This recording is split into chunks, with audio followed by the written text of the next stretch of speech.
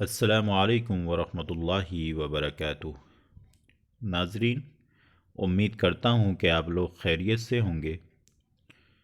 اللہ تعالیٰ نے اس انسان کو نہایت ہی خوبصورت بنایا ہے، اور باری تعالیٰ کا ارشاد ہے کہ وَلَقَدْ كَرَّمْنَا بَنِي آدم، کہ ہم نے آدم کے بیٹوں کو عزت عطا کی۔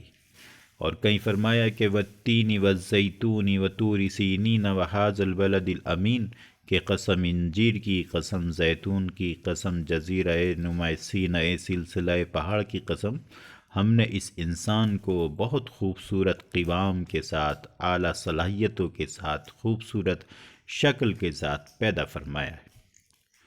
میرے عزیزو، اللہ نے انسان کو خوبصورت انداز میں اور اپنی تخلیق کے عین مطابق پیدا فرمایا ہے۔ ظاہر ہے کہ انسان کی ذمہ داری بھی بنتی ہے کہ وہ اپنے آپ کو اپنی اس حیثیت کو قائم و دائم رکھے جو اللہ نے اسے عطا فرمائی ہے۔ اور جہاں تک انسان کی خوبصورتی اور اس کے حسن و جمال کا تعلق ہے، تو ایک حدیث یاد آتی ہے جس پر میں ابھی گفتگو کروں گا۔ آپ صلی اللہ علیہ وسلم کا ارشاد ہے کہ اللہ جمیل یحب الجمال، اللہ تعالیٰ خوبصورت ہے اور خوبصورتی کو پسند فرماتا ہے۔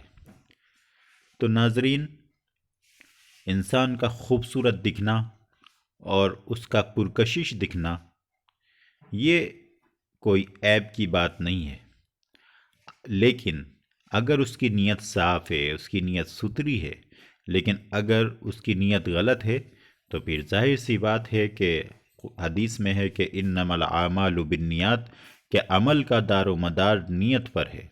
جو کوئی انسان جس طرح کا بھی عمل کرے گا تو اللہ تعالیٰ دیکھ رہا ہے۔ تو بہرحال اگر انسان کی نیت یہ ہے کہ اللہ نے مجھے خوبصورت بنایا ہے اور میں اس کی اس نعمت کی قدر کروں اور اپنے آپ کو ٹھیک طریقے سے وضع قطع جو اسلامی شرعی اعتبار سے ہو اس کا میں پابند رہوں، تو اس میں صرف اس نیت پر ہی اجر کا ثواب ہے اور اجر ہے۔ میرے عزیزو، ایک موقع پر ایک صحابی آپ صلی اللہ علیہ وسلم کے پاس آئے۔ ان کے بال الجھے ہوئے تھے، ان کے داڑھی کے بال بھی کچھ الجھے ہوئے تھے، جو صحابی نے کنگھا وغیرہ کوئی ایسا کام نہیں کر رکھا تھا کہ جس سے کوئی ہلکی سی کوئی بھی ایک شائستگی ہوتی۔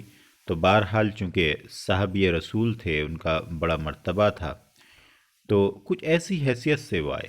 تو آپ صلی اللہ علیہ وسلم نے ارشاد فرمایا کہ شخص، کیا تمہارے پاس کنگھا نہیں ہے، کنگھی نہیں ہے کہ تم اپنے بالوں کو سنوارتے اور اپنی داڑھی میں تم کنگھا کرتے؟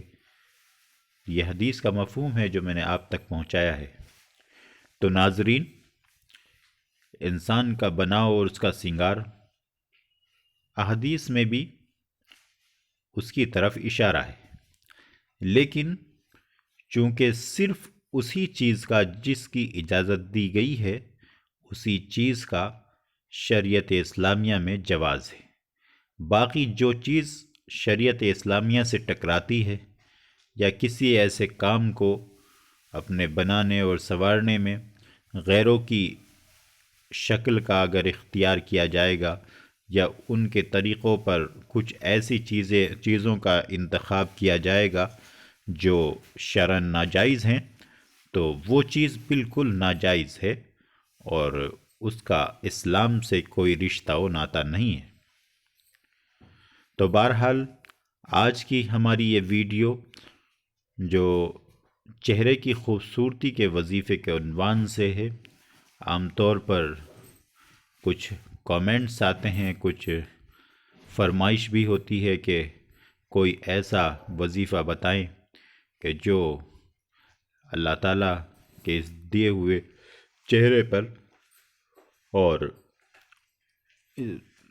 چہرے کی خوبصورتی اور رونق میں اضافہ ہو جائے۔ تو بہرحال اللہ کا کلام ہے، اس میں کوئی شک کی بات نہیں ہے کہ اللہ کے کلام میں بڑی تاثیر ہے اور اللہ کے نام میں بڑی تاثیر ہے، اور اللہ کا نام جس طریقے سے پرکشش ہے اسی طرح سے پڑھنے والوں کے چہروں پر بھی وہ اسی طریقے سے جھلکتا ہے اور چمکتا ہے۔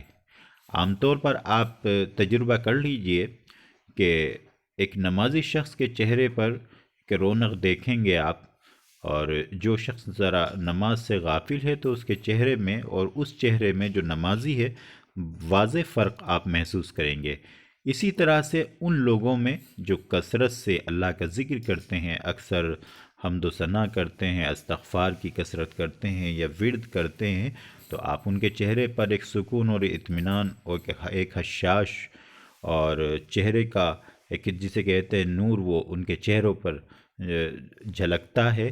لیکن جو لوگ اس کا اہتمام نہیں کرتے تو وہ تھوڑا ذرا اس میں کم رہتے ہیں، لیکن یہ اللہ کی بخشش ہے اور اس کی عطا ہے کہ جسے چاہتا ہے اس کو نوازتا ہے۔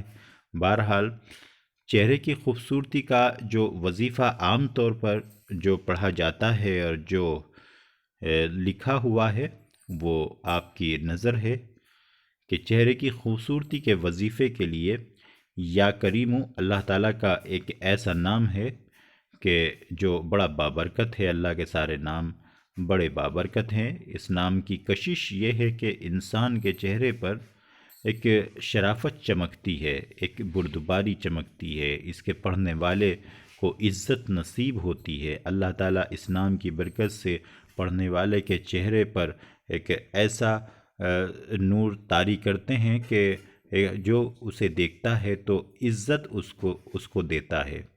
اور اس کی ایک تسبیح رات کو پڑھ کر سو جائیں۔